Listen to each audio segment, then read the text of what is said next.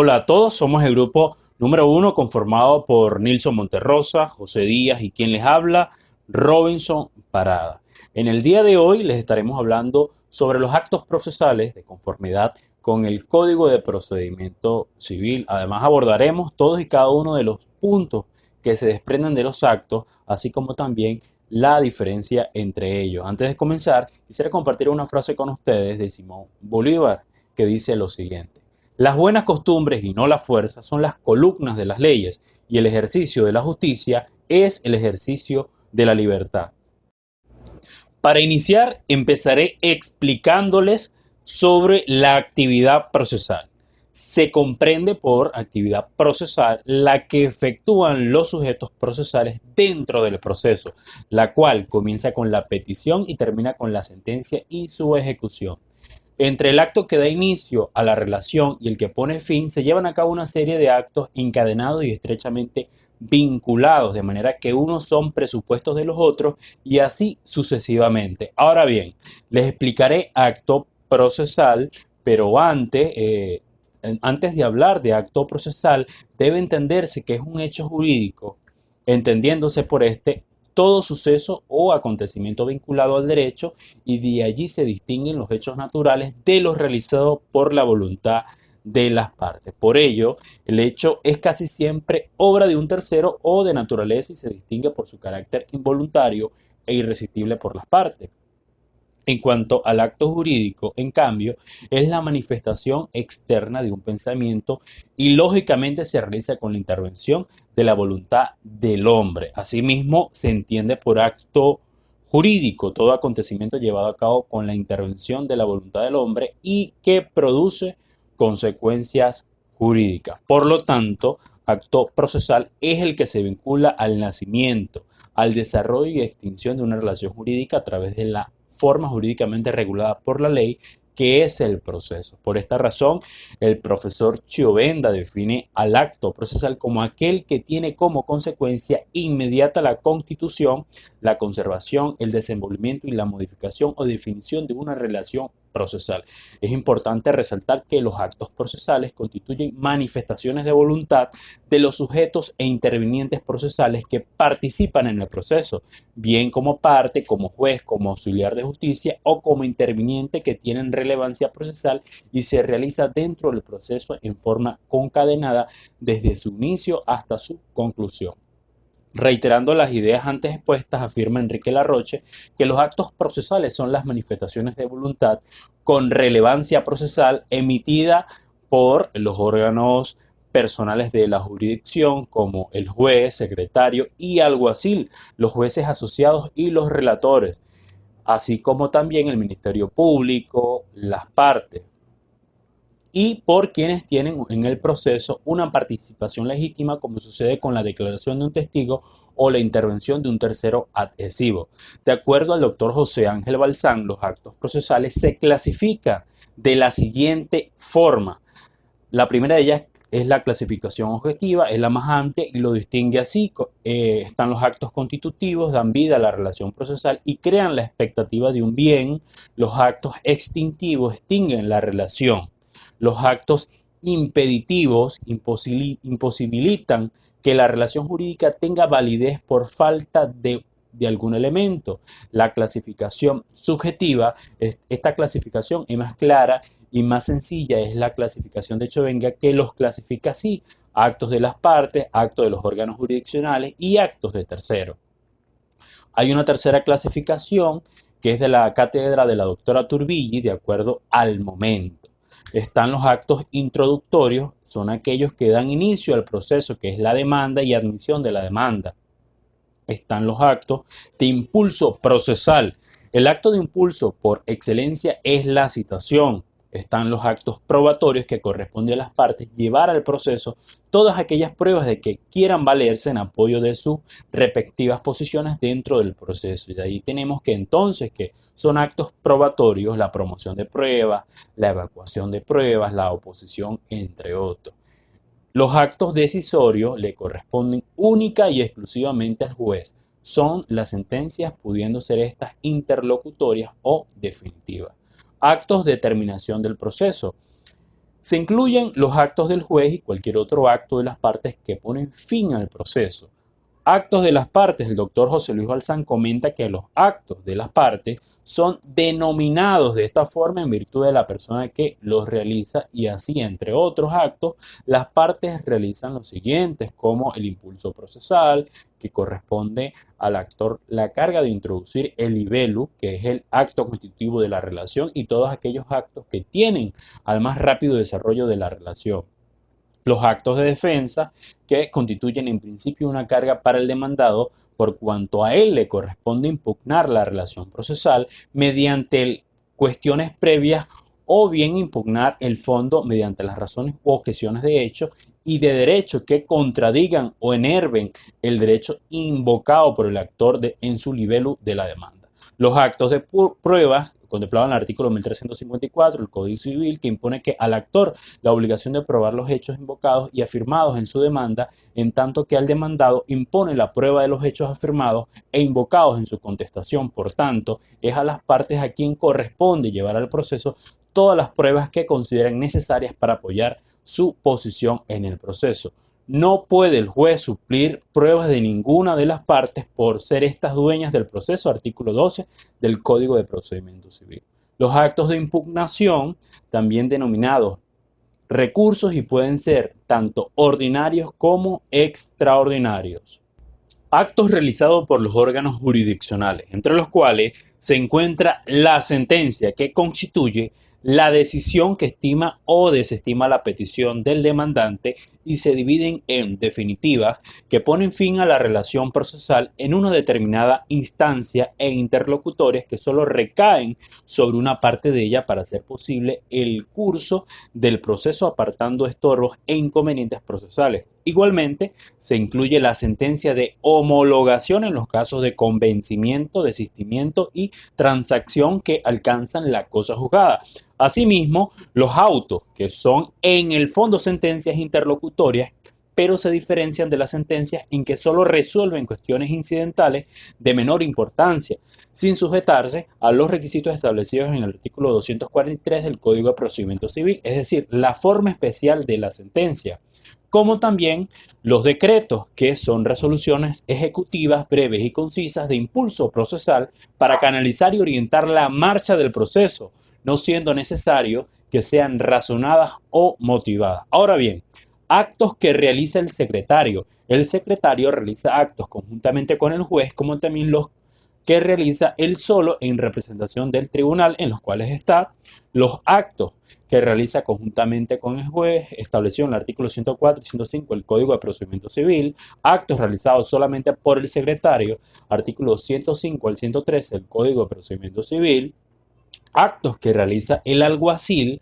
Los únicos actos que realiza el alguacil son las citaciones y notificaciones, tanto de las partes como de los terceros intervinientes en el proceso, artículo 115 del Código de Procedimiento Civil, en concordancia con el artículo 345 y 218 del mismo código. De igual forma, guardará el orden dentro del local del tribunal y ejecutará órdenes que le comunique el juez o el secretario, de acuerdo al artículo 116 del Código de Procedimiento Civil. De esta manera, el acto procesal ocupa un sitio en el espacio y un momento en el lugar. El lugar donde se opera la actividad procesal es a menudo fijo y se denomina sede. Ahora, forma de los actos procesales. El acto procesal en Venezuela no está rodeado de fórmulas sacramentales, pero sí se ha establecido una forma ordenada para la realización de dichos actos, acordando oportunidades para cada uno de ellos. La ley adjetiva fija los términos y los lapsos en que debe llevarse a cabo la actividad procesal por los sujetos de la relación. Todo lo relacionado con la forma de los actos se encuentra expresado en los artículos 183 al 190 del Código de Procedimiento Civil. Ahora, en cuanto al idioma, el idioma es español, artículo 183 del Código de Procedimiento Civil, que establece que en la realización de los actos procesales solo podrá usarse el idioma legal, que es el castellano, acorde al principio de escrituración, artículo 25 del mismo código. Los actos del tribunal y de las partes se realizarán por escrito. De todo asunto se formará expediente separado con un número de orden, la fecha de su iniciación, el nombre de las partes y su objeto. Las actuaciones deben observar el orden cronológico según la fecha de su realización y la foliatura del expediente se llevarán al día y con letras pudiéndose formar piezas distintas para el más fácil manejo cuando sea necesario. En lo atinente al nombramiento de intérprete, tenemos el interrogatorio de personas que no hablen español, como sordos mudos y nombramiento de intérpretes, según lo establecido en el artículo 184, 185, 186 y 187 del Código de Procedimiento Civil. Cuando en cualquier acto del proceso debe interrogarse a una persona que no conociese el idioma castellano, el juez nombrará un intérprete que jurará previamente traducir con fidelidad las preguntas y las respuestas. En relación al interrogatorio de sordos y mudos, el artículo 183 del Código de Procedimiento Civil establece que cuando se debe interrogar a un sordo, a un mudo o a un sordo mudo, al sordo se le presentarán las preguntas escritas, así como cualquier observación del juez para que conteste verbalmente. Al mudo se le hará verbalmente la pregunta para que la conteste por escrito. Y al sordo mudo se le harán las preguntas y las observaciones por escrito para que responda también por escrito. Lo escrito se agregará al original, además de copiarse en el acta. Si el sordo o el mudo o el sordo mudo no supieren leer ni escribir, no podrán ser interrogados en el juicio civil.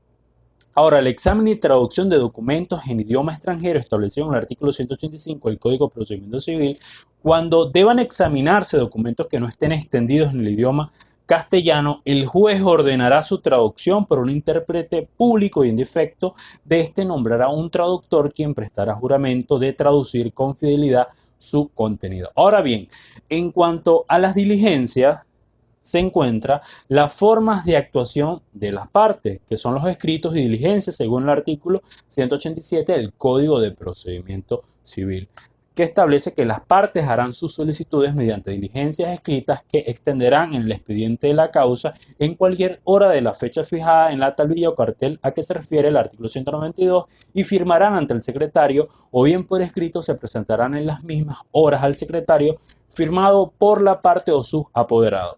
En lo que respecta a los actos del tribunal, el artículo 188 del Código de Procedimiento Civil establece que los actos del tribunal se realizarán también por escrito bajo el dictado, las instrucciones del juez en términos claros, precisos y lacónicos. Las observaciones, las reclamaciones, salvedades o recursos de quienes intervienen en el acto se manifestarán al juez, quien redactará sustancialmente el acta sin alterar la verdad de lo que haya pasado ni omitir nada de lo que se ha expuesto. Si leído el interesado observare algo o más o menos de lo que se quiere hacer constar, se escribirá lo observado en términos precisos y breves. Las ejecutorias y las rogatorias que se dirijan a los tribunales o funcionarios extranjeros y las suplicatorias o exhortos o despachos que se envíen a otras autoridades venezolanas se encabezarán de la siguiente manera. En nombre de la República de Venezuela, las rogatorias para los extranjeros se dirigirán por la vía diplomática o consular y las demás por la vía ordinaria sin necesidad de legalización. Estos documentos deberán llevar el sello del tribunal, sin lo cual no tendrán autenticidad. Y por ello, de esta manera he finalizado mi explicación de los actos procesales. Espero que haya sido de mucha utilidad y continuamos con el siguiente punto que expondrá mi compañero. Muchísimas gracias. Hola a todos, soy José Díaz. El día de hoy le estaré dando continuidad a la exposición de los compañeros sobre el contenido de las actas, elementos que deben contener el acta según el artículo 189 del Código de Procedimiento Civil. Me permito citar: el acta deberá contener las indicaciones de las personas que han intervenido y de las circunstancias del lugar y de tiempo en que se han cumplido las diligencias de que se hace fe.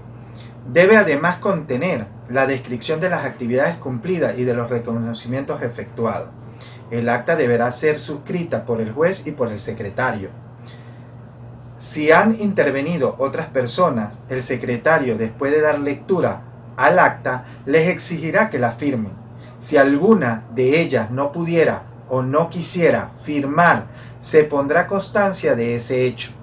Las declaraciones de las partes, las posiciones juradas, las declaraciones de testigos y cualquiera otras diligencias del tribunal que se deban hacerse constar en acta podrán ser tomadas mediante el uso de algún medio técnico de reproducción o de grabación, por disposición del tribunal o por solicitud de las partes, de alguna de las partes.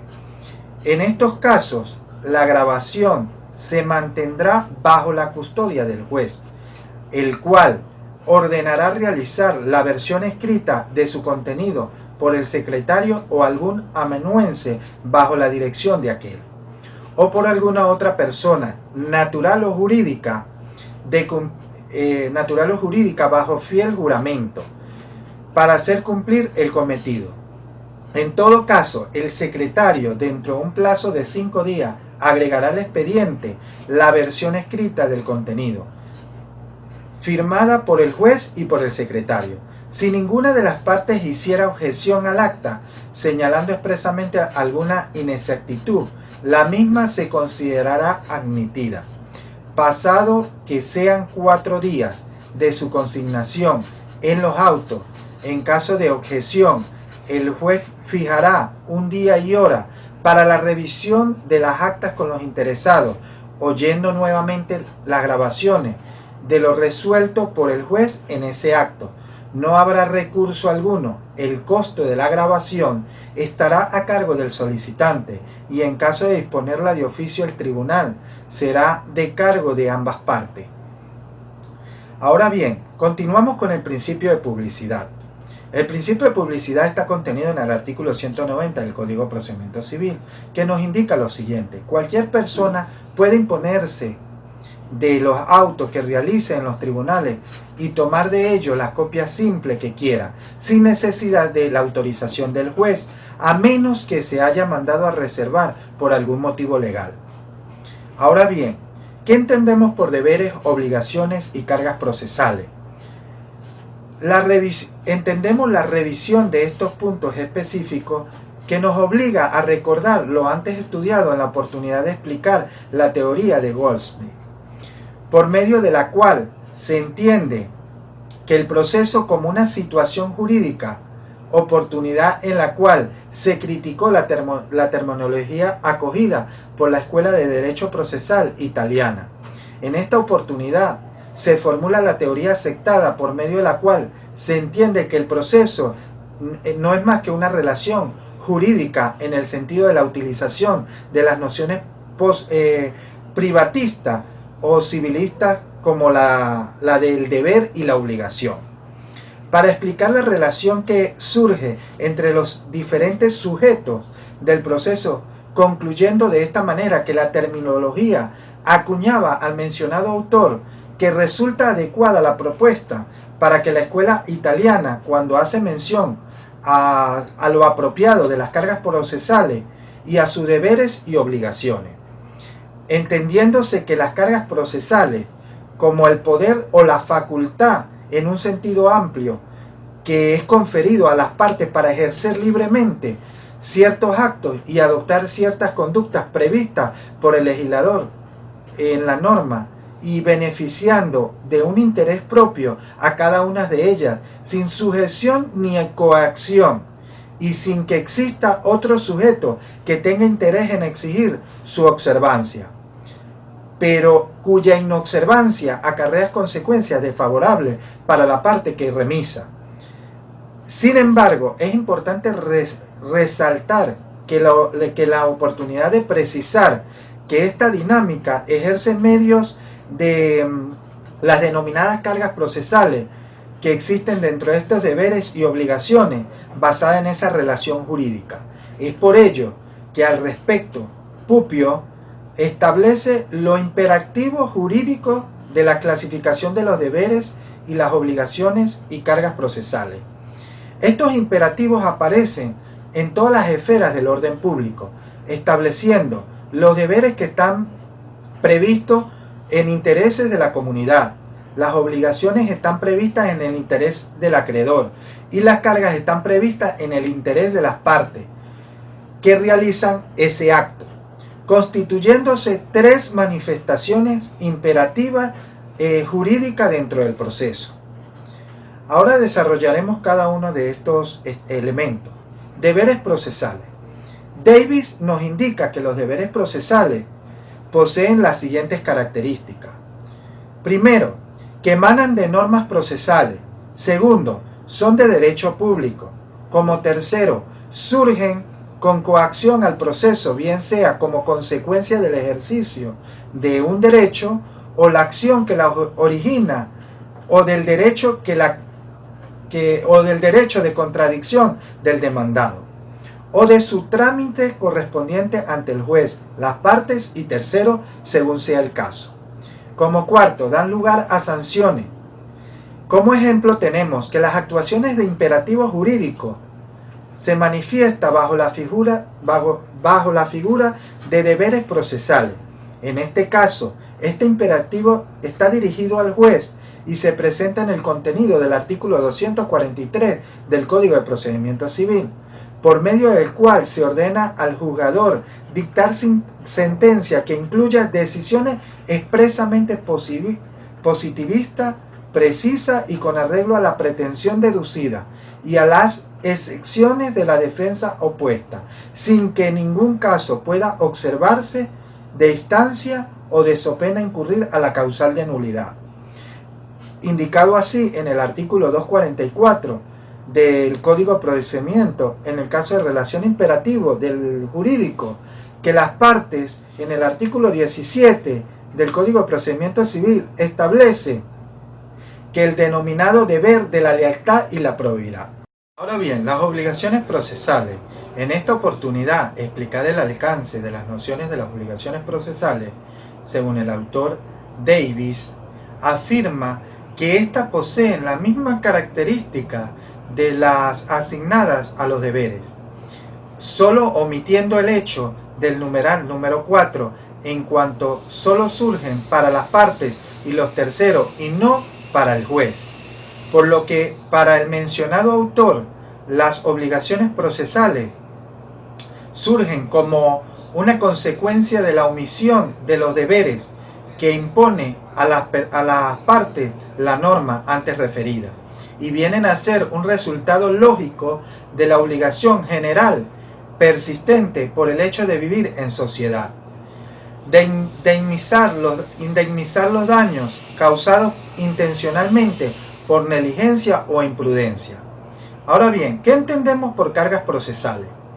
Las cargas procesales se revisten de una naturaleza, alcance hacia la noción de esas cargas procesales dentro de un contexto que concibe el proceso como una situación jurídica ampliamente revestida en esta oportunidad de estudio, como es la naturaleza jurídica del proceso.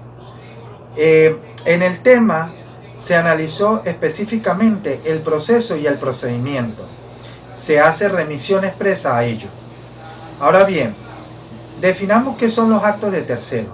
Los actos de tercero no es habitual en nuestra legislación incluir los actos de tercero entre los actos procesales. Creemos, sin embargo, que alguna de las distinciones contribuyentes es fijar exactamente el valor de ciertos actos del proceso según ellos emanen del tribunal, de las partes o de terceros.